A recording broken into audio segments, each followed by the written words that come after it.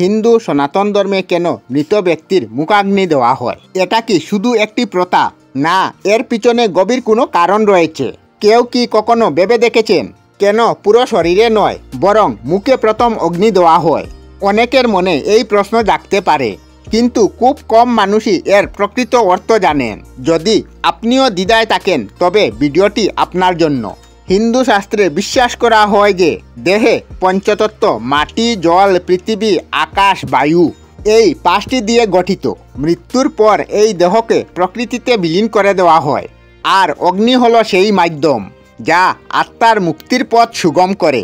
তাহলে মুখেই কেন অগ্নি দেওয়া হয়? আত্মার মুক্তির জন্য। সনাতনী হিন্দু বিশ্বাস অনুসারে আত্মা সাধারণত মুখ বা শরীরের মধ্য দিয়ে দেহত্যাগ করে। তাই মুখাগ্নি দিলে আত্মার মুক্তি দ্রুত হয় এবং পুনর্জন্ম থেকে মুক্তি পাওয়ার সম্ভাবনা পায়। হিন্দু ধর্ম মতে পুত্র বা নিকট আত্মীয়দের মুখাগ্নি দেওয়া অত্যন্ত গুরুত্বপূর্ণ। এটি পিতৃঋণ শোধ করার উপায়। কারণ একজন পিতা সন্তানকে জন্ম দেন, প্রতিপালন করেন, আর মৃত্যুর পর সেই সন্তানই পিতাকে চিরবিদায় দেয়। অগ্নিদেবতার মাধ্যমে স্তুতি করে। অগ্নি হিন্দু ধর্মে শুদ্ধির প্রতীক। অগ্নির মাধ্যমে দেহ পবিত্র হয় এবং আত্মা মুক্ত লাভের দিকে এগিয়ে যায়। দেহের নশ্বরতা এবং মুক্ত লাভের শিক্ষা। এই প্রথা আমাদের মনে করিয়ে দেয় যে শরীর নশ্বর কিন্তু আত্মা চিরন্তর।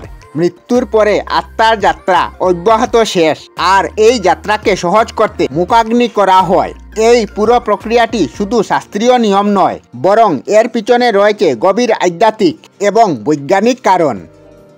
আমরা আমাদের চ্যানেলে সব ধরনের ভিডিও আপলোড করি, যেমন ব্লগ, নিউজ, কুকিং ভিডিও, ধার্মিক আলোচনা ইত্যাদি।